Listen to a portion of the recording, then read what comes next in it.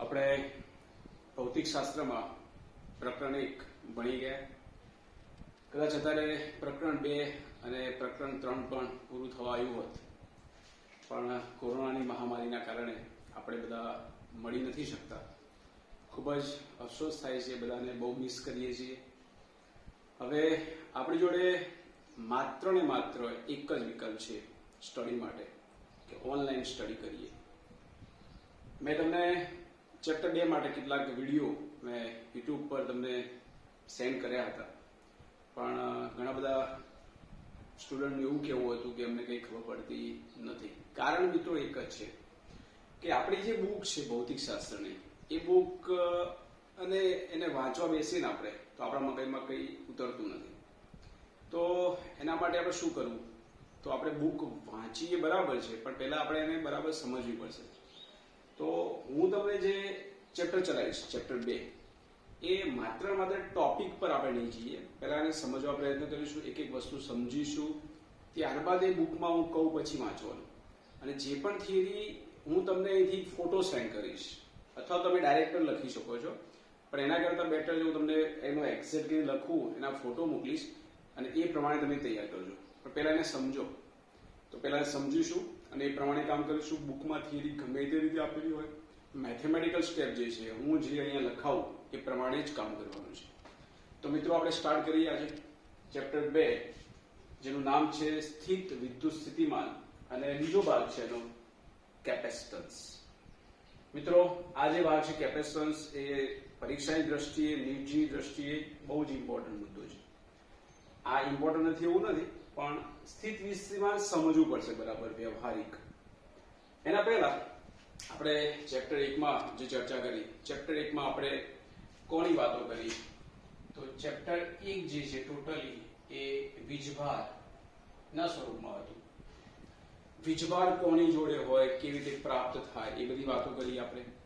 અને એના અનુસંધાનમાં કુલમનો નિયમ ભણે.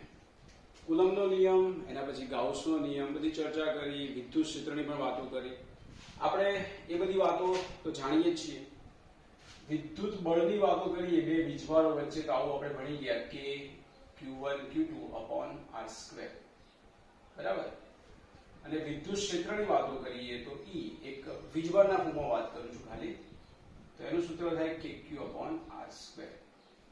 તમે જોશો મિત્રો અહીંયા કે આમાં 2 Q છે અને આમાં એક જ Q છે, તો આમાં કયો Q નીકળી જાય છે બરાબર ધ્યાન આપીશું. સમજી લો કે આપણે કોઈ કેપિટલ Q વીજભાર છે, એના કારણે કોઈ સ્મોલ Q પર આપણે વીજ ક્ષેત્રની વાતો કરવી છે. તો આ આપણો વીજભાર છે, એના વડે આપણે કોઈ પરીક્ષણ વીજભાર, ટેસ્ટ ચાર્જ સ્મોલ Q પર વાત કરીએ છીએ. તો કયો Q નીકળી જશે ઈમાં? તો જેના વડે વાત કરો છો, આના વડે અહીં લાગે છે, તો જેના ઉપર લાગે છે એ વીજભાર નહીં આવે. તો અહીંયા કયો આવશે? Q વડે સ્મોલ Q પર લાગે છે ને વીજ ક્ષેત્ર, તો શું આવશે? કે Q/R². તો આ બેનો સંબંધ જોઈશું આપણે, તો તમને આઈડિયા આવશે કે આવું વસ્તુ થાય એ બરાબર શું થાય? કે બરાબર Q * E. આ બધી વાતો આપણે ભણી ગયા. અહીંયા જે આપણે વાત કરવી છે સ્થિત વિસ્થિતિમાન સમજવા માટે. સ્થિત વિસ્થિતિમાન જેને આપણે વોલ્ટેજના સ્વરૂપમાં બોલીએ છીએ, જે તમે વોલ્ટેજથી જાણો છો, વિદ્યુત સ્થિતિમાન, એ જ વાત છે. અહીંયા પણ અહીંયા ગતિમાન અવસ્થામાં નથી. ચેપ્ટર 3 જે ગતિમાનમાં વાત કરી છે, અહીંયા સ્થિત વાત છે, એટલે ગતિ કરવાની વાત નથી કરી, એટલા માટે સ્થિત વિસ્થિતિમાન. તો એ જ વાત અહીંયા આવશે. પણ એ સમજતા પહેલા આપણે થોડીક વાતો કરી લઈએ. ચોપડીમાં તમે જોશો તો એક શબ્દ આપેલો છે, સંરક્ષી બળ. બરાબર. સંરક્ષી બળ એ કોને કહેવાય? કે બળનું સંરક્ષણ થતું હોય. કેવી રીતે? તમે જે પણ બળો ભણી ગયા, ધારો કે ગુરુત્વાકર્ષણ બળ, વિદ્યુત બળ, આ બધા સંરક્ષી બળો કહેવાય. સ્પ્રિંગ પર લાગતું જે બળ છે, પુનઃસ્થિતિ સ્થાપક બળ, એ પણ સંરક્ષી બળ કહેવાય. સંરક્ષી બળનો અર્થ શું થાય? તમને એક સિમ્પલ ઉદાહરણ આપું કે દાખલા તરીકે એક સ્પ્રિંગ છે. આ સ્પ્રિંગ એની મૂળ અવસ્થામાં આ રીતે છે. હવે આના પર કોઈ બળ લગાડેલું નથી. હવે જો તમે એને એવું કરો કે આ બાજુથી આપણે બળ આપીએ અને સ્પ્રિંગની પોઝિશન આવી થાય કે સ્પ્રિંગ સંકોચાઈ જાય. સમજો કે આટલી સ્પ્રિંગ સંકોચાઈ. હવે અહીંયા તમે આટલું કંઈક બળ આપ્યું, બાહ્ય બળ આપ્યું, જેના કારણે સ્પ્રિંગ સંકોચાઈ. તો આ સ્પ્રિંગ જોડે કઈ ઉર્જા પ્રાપ્ત થઈ? તો તમે એમ કહેશો કે આ સ્પ્રિંગે સ્થિતિ ઉર્જા પ્રાપ્ત કરી. આપણે એવી સ્થિતિમાં લાઈન મૂકી દીધી, એને ધક્કો આપ્યો છે કે તમે છોડી દેશો તો ગતિ કરવાનું છે. તો આપણે જે બળ આપ્યું એના કારણે એને જે પ્રાપ્ત કર્યું એ એની સ્થિતિ ઉર્જા કહેવાય. શું કહેવાય? સ્થિતિ ઉર્જા. હવે તમે છોડી દેશો તો છોડી દેવાથી એની કઈ ઉર્જા પ્રાપ્ત કરશે? તો તમે પૂછો ગતિ ઉર્જા. કોઈ જ લોસ થતી નથી, કોઈ જ બીજું બળ લાગતું નથી આની અંદર. તો મિત્રો જેટલી સ્થિતિ ઉર્જા એને પ્રાપ્ત થઈ છે એટલી જ ગતિ ઉર્જા એ પ્રાપ્ત કરશે જ. એટલે કહેવાનો મતલબ શું થાય કે ગતિ ઉર્જા અને સ્થિતિ ઉર્જાનું સંરક્ષણ થયું અને એ બેનો સરવાળો પણ કેવો રહેશે? અચળ. એવા બળોને આપણે સંરક્ષી બળ કહીશું. તો મિત્રો ગુરુત્વાકર્ષણ બળ, તો ગુરુત્વાકર્ષણ બળ કોની વચ્ચે લાગે? તો આપણે આવું ભણી ગયા છે. એનું સૂત્ર Gm1m2/r². બે પદાર્થના દળો વચ્ચે લાગશે એટલે પદાર્થનો દળ હોય છે. જો તમે વિદ્યુત બળની વાત કરો તો વિદ્યુત બળ કોની વચ્ચે લાગે? તો બે વીજભારો વચ્ચે. તમે લખો છો kq1q2/r². એ કોની વચ્ચે લાગે? તો બે વીજભારો વચ્ચે.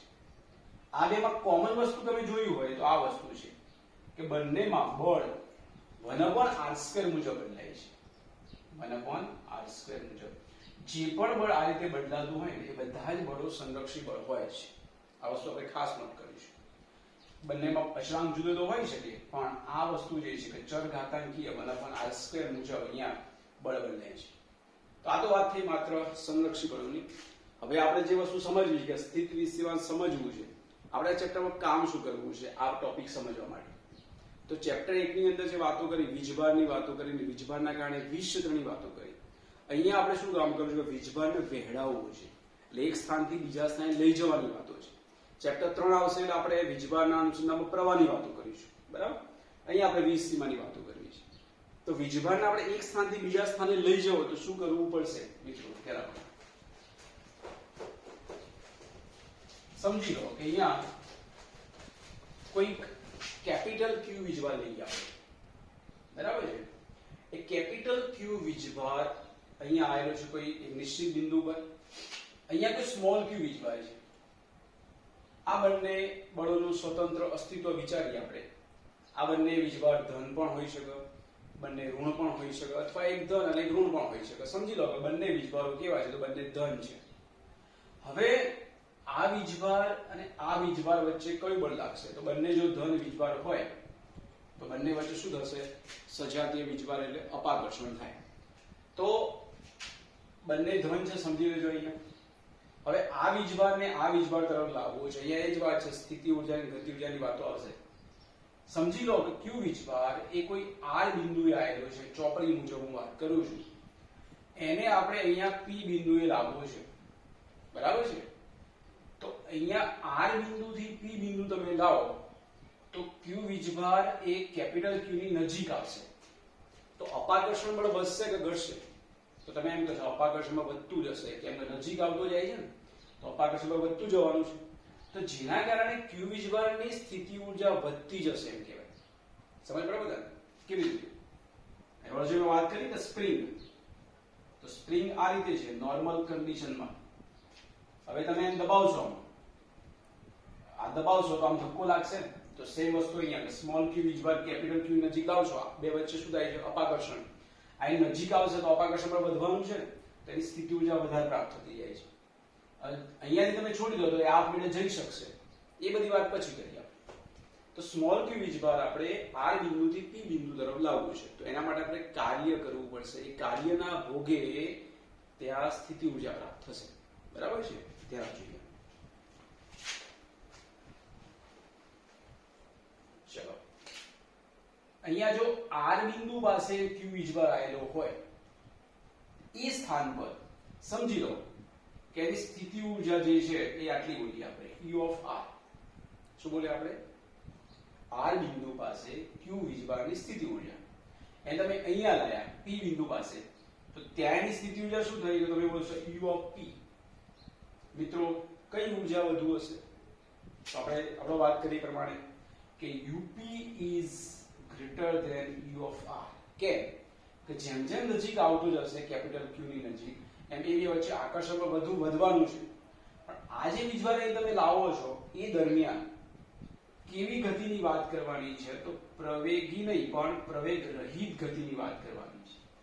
પ્રવેગ રહિત ગતિ ક્યારે થાય કે જેટલું બળ અહીંયા લાગશે આ બે વચ્ચે કયું બળ લાગશે વિદ્યુતીય અપાકર્ષણ બળ એટલાય બળથી સામે આવવાનું.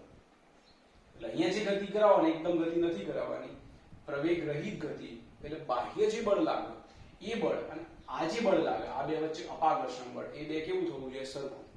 એટલે પ્રવેગ રહિત ગતિ કરાવવાની છે આપણે.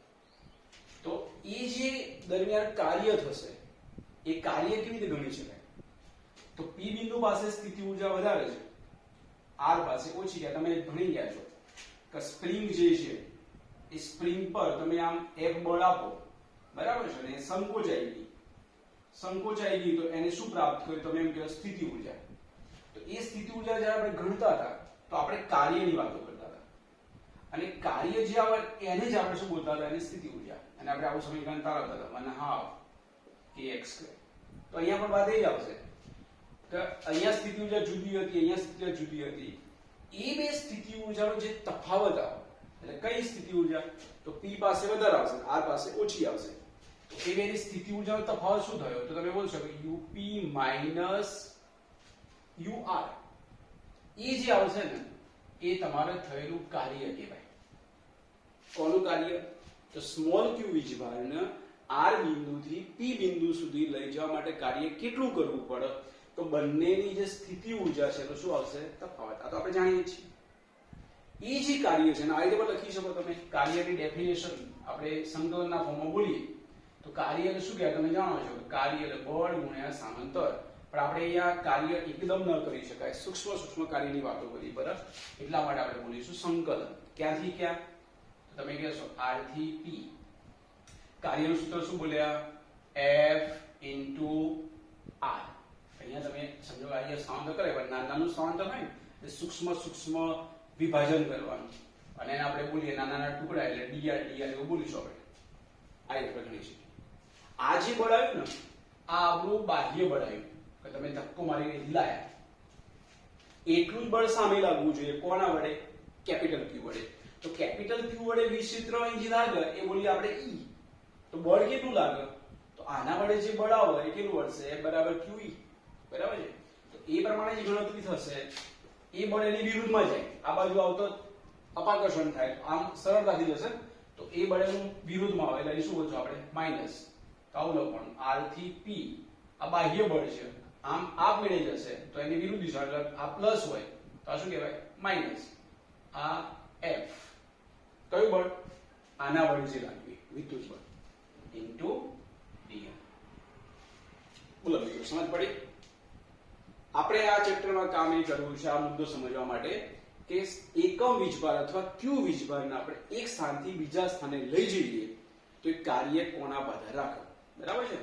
તો કાર્ય કોના આધાર રાખશે તો એક તો ખબર પડી કાર્ય ગણવા માટે શું કરવાનું તો સ્થિતિ ઊર્જાનો તફાવત લેવાનો બરાબર. સ્થિતિ ઊર્જા ક્યારે વધારે હશે ક્યારે ઓછી હશે બંને ધન વિચારે છે ને પછી ધનની વાતો કરીશું આપણે. બંને ધન છે તેની નજીક આવશે તો સ્થિતિ ઊર્જા વધતી જવાની કારણ કે અપાકર્ષણ બળ વધતું જવાનું.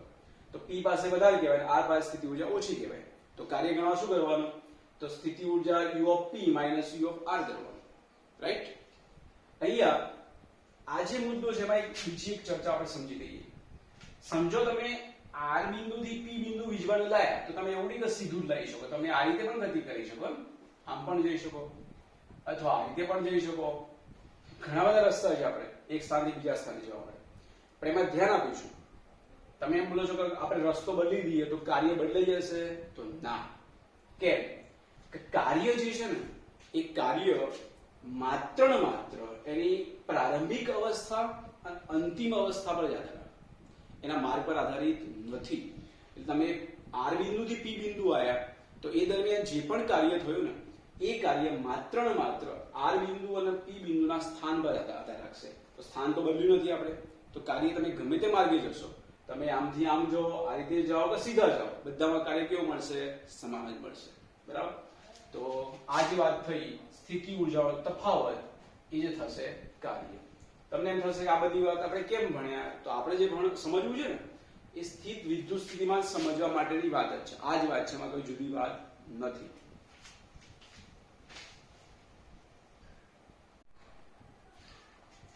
હવે આપણે મિત્રો જે પ્રકરણનો મેઇન ટોપિક જે છે સ્થિત વિસ્થિતિમાન એને સમજવું છે. આપણે આગળ જે ચર્ચા આપણે કરી એમાં જે વાત છે એ જ મુદ્દો એ સમજવાનો છે, કોઈ નવી વસ્તુ નથી આવવાની.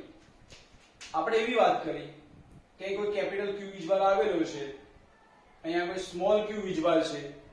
એ સ્મોલ ક્યુ વીજભારને આપણે કોઈ એક સ્થાનથી એટલે દાખલા તરીકે આર બિંદુથી પી બિંદુ સુધી આપણે લાવવો છે.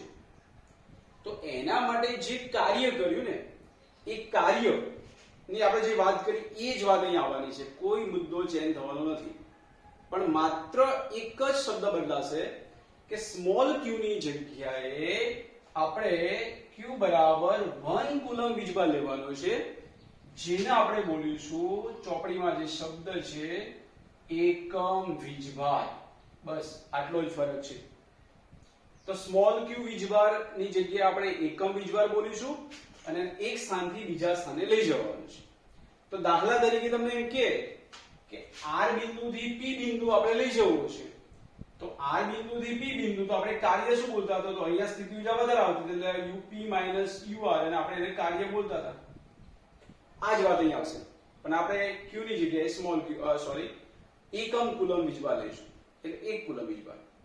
પણ ચોપડીમાં જે વ્યાખ્યા તમને આપી છે એમાં એક શબ્દ આપણે બરાબર ધ્યાન આપીશું. વ્યાખ્યામાં એવો ઉલ્લેખ કરેલો છે કે અનંત અંતરેથી, હું અહીંયા વ્યાખ્યા પછી લખીશ, અત્યારે ધ્યાન આપો કે અનંત અંતરેથી એકમ વીજભારને કોઈ આપેલા બિંદુ સુધી લાવવા માટે કરવું પડતું કાર્ય, એના આપણે વિસ્થિતિમાન શબ્દ વાપરેલો છે. તો તમને એમ થશે કે અનંત અંતર શબ્દ કેમ વાપર્યો, અને થવો જ જોઈએ પ્રશ્ન આપણને. તો એક વાત સમજીએ, આપણે વ્યવહારિક વાત સમજીએ. આપણા ઘરે જે વીજળી આપણે પ્રાપ્ત કરીએ છીએ, તો સ્વાભાવિક વસ્તુ છે કે આપણે વીજભાર એક સ્થાનથી બીજા સ્થાને આપણા ઘર સુધી આવતો હશે ત્યારે જ આપણે વીજળી પ્રાપ્ત કરતા હશું. સમજી લો કે આપણું પાવર સ્ટેશન જે પણ હોય એ આપણી જે ઉર્જા છે અમદાવાદથી આવતી હોય, ગાંધીનગરથી આવતી હોય, કે આપણું પાવર સ્ટેશન એ ધુવારણથી આવતી હોય, તો એ જે ઉર્જા આવે છે ડાયરેક્ટ આપણા ઘેર સુધી આવી શકે ડાયરેક્ટલી. તમે જોતા હશો, સમજો કે અહીંયા આપણું પાવર સ્ટેશન છે. પાવર સ્ટેશન એ આપણા ઘરેથી, સમજો કે આપણું ઘર છે અહીંયા, એ આપણા ઘરેથી આ પાવર સ્ટેશન દાખલા તરીકે 200 કિલોમીટર દૂર છે. તો 200 કિલોમીટર તો અનંત અંતર ન કહેવાય, તો અનંત અંતર શબ્દ વાપર્યો કેમ?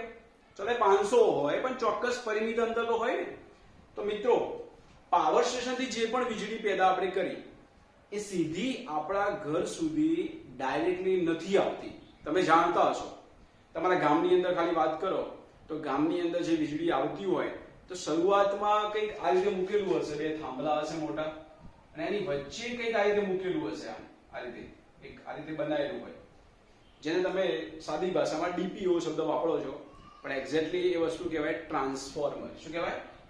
આ પાવર સ્ટેશનમાંથી ટ્રાન્સફોર્મરમાં જાય અને એમ ઘણા બધા ટ્રાન્સફોર્મરથી થઈને આપણા ઘેર સુધી આવતી હોય છે, ડાયરેક્ટલી નથી આવી શકતી. કેમ ન આવી શકે એ પણ આપણો પ્રશ્ન થશે.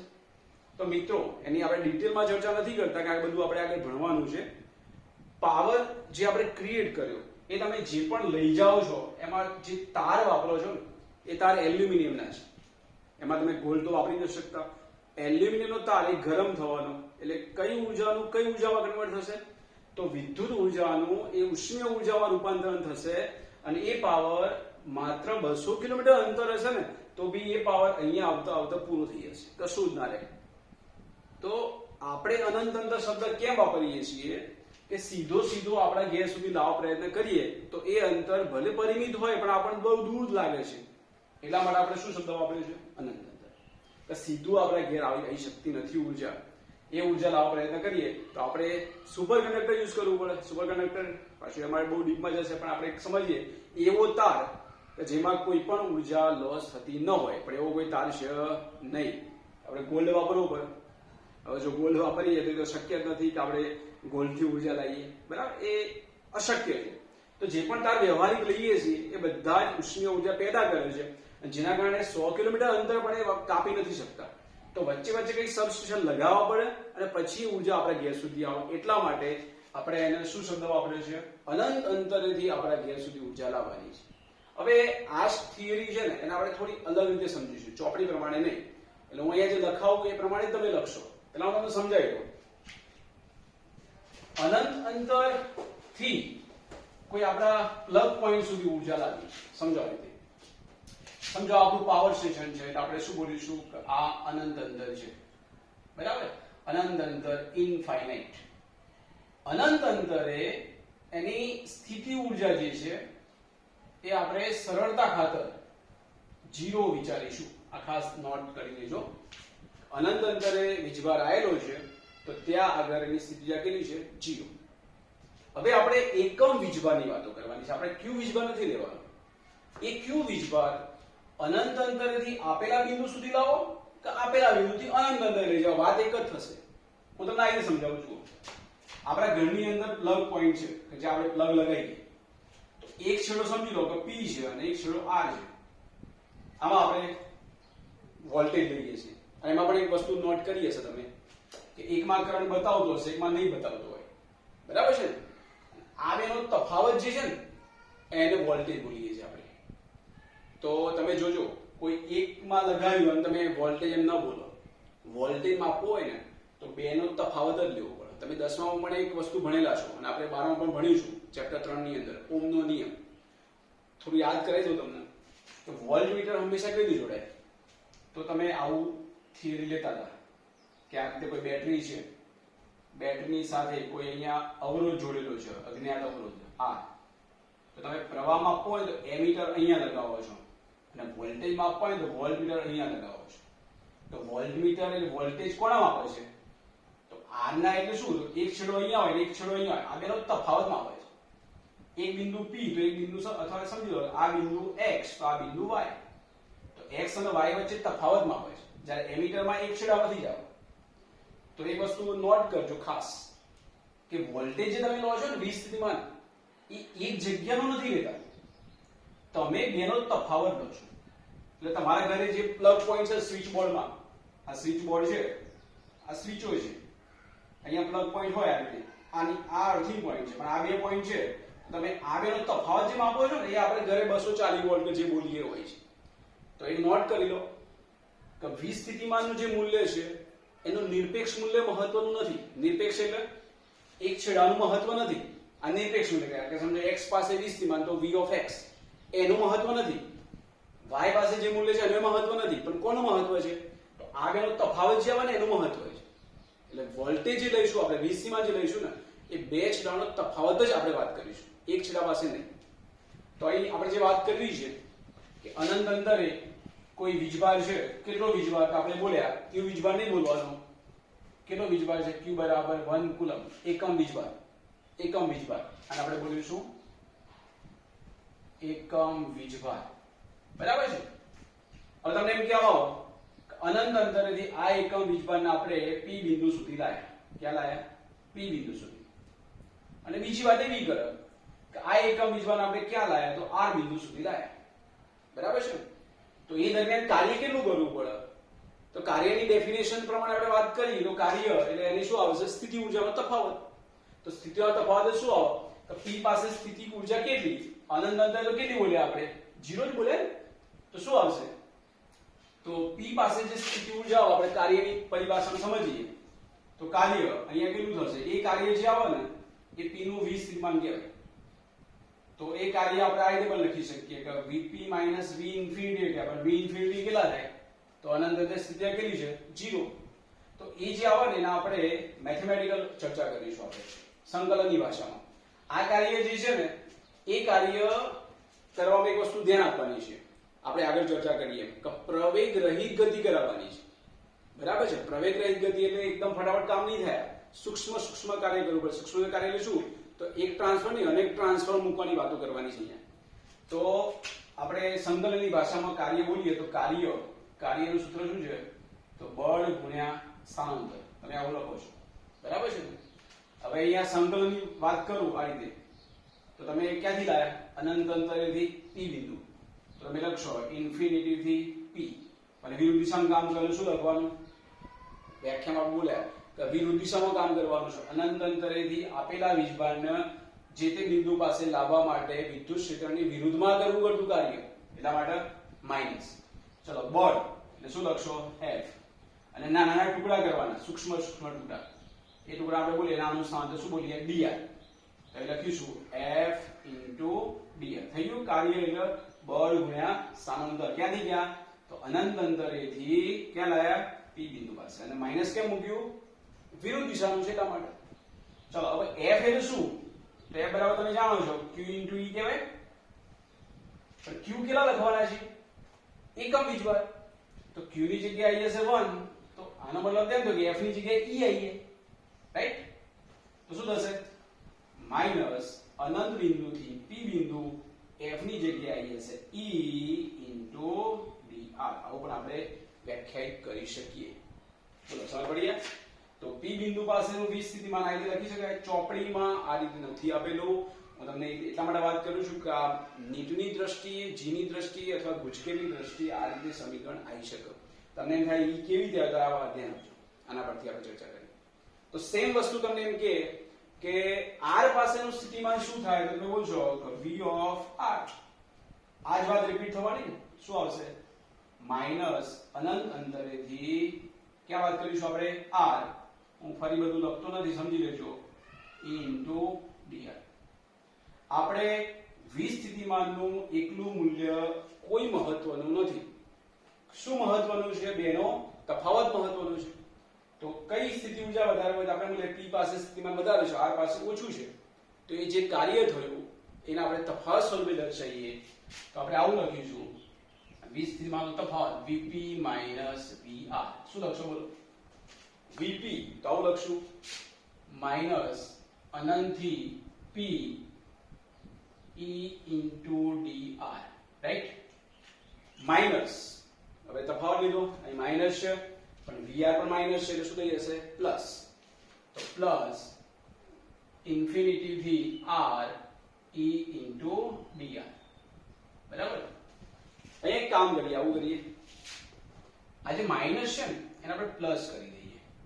તો શું કરવું પડે? આપણે ક્રમ ચેન્જ કરી દેવો પડે. અનંત ઉપર જતા રહે, p નીચે આવી જાય. t થી infinity e dr plus infinity થી r e dr. બરાબર? આને બરાબર સમજીએ આપણે.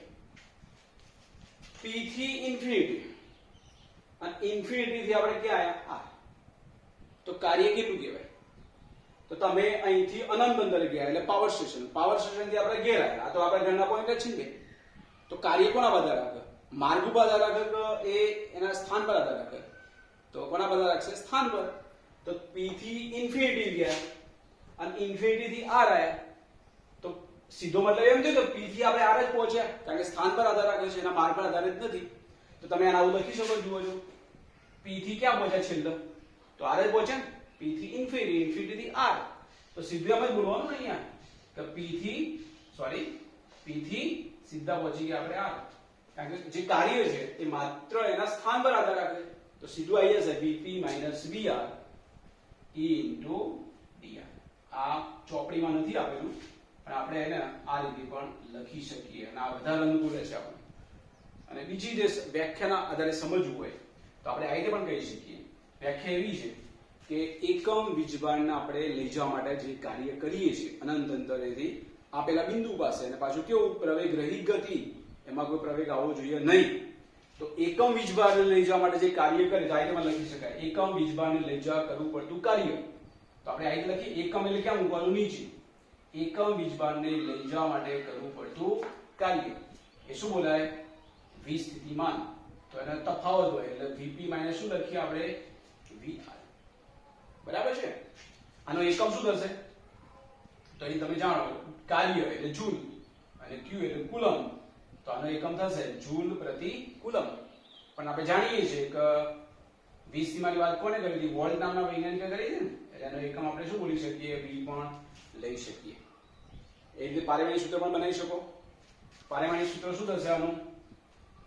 જૂલ એટલે 122 m1 L2 T-2 કુલમ એટલે શું થશે A1 T1 તો આનો આન્સર થશે m1 L2 T-3 A-1 1231 બરાબર છે આની જે થિયરી છે હું તમને ફોટોગ્રાફ છે આપું છું એ ફોટોગ્રાફના આધારે એની વ્યાખ્યા અને બધું લખેલું હશે એ પ્રમાણે આપણે 2 માર્ક્સમાં અથવા 3 માર્ક્સમાં થિયરી પૂછાય તો આપણે એને લખીશું ફરીથી હું બોલ દઉં અહીંયા વિસ્થિતિમાન એટલે શું સ્થિત વિસ્થિતિમાન એટલે ગતિમાન અવસ્થામાં વાત નથી કરવાની આપણે વિસ્થિતિમાનની વાત એવી છે કે આપણે ક્યુ વીજભારની જગ્યાએ એકમ વીજભાર અનંત અંતરેથી કેમ બોલાય તમને ખબર પડી અનંત અંતરેથી એકમ વીજભારને વિદ્યુત ક્ષેત્રની વિરુદ્ધમાં કારણ કે સામે જવાનું છે આપણે લોસ થવાની છે વિદ્યુત ક્ષેત્રની વિરુદ્ધમાં પ્રવેગ રહિત ગતિ કરાવવાની છે એટલે બાહ્ય બળ જો લાગવું ન જોઈએ અને જે તે બિંદુ પાસે તમે લાવશો એ જે કાર્ય થયું એ કાર્ય કેવી રીતે ગણાય તો તમને ખબર છે કે સ્થિતિ ઊર્જા તફાવત એ જે કાર્ય આવે એ કાર્યને આપણે વિસ્થિતિમાન બોલાય એટલે આ રીતે આ સમજીશું બરાબર છે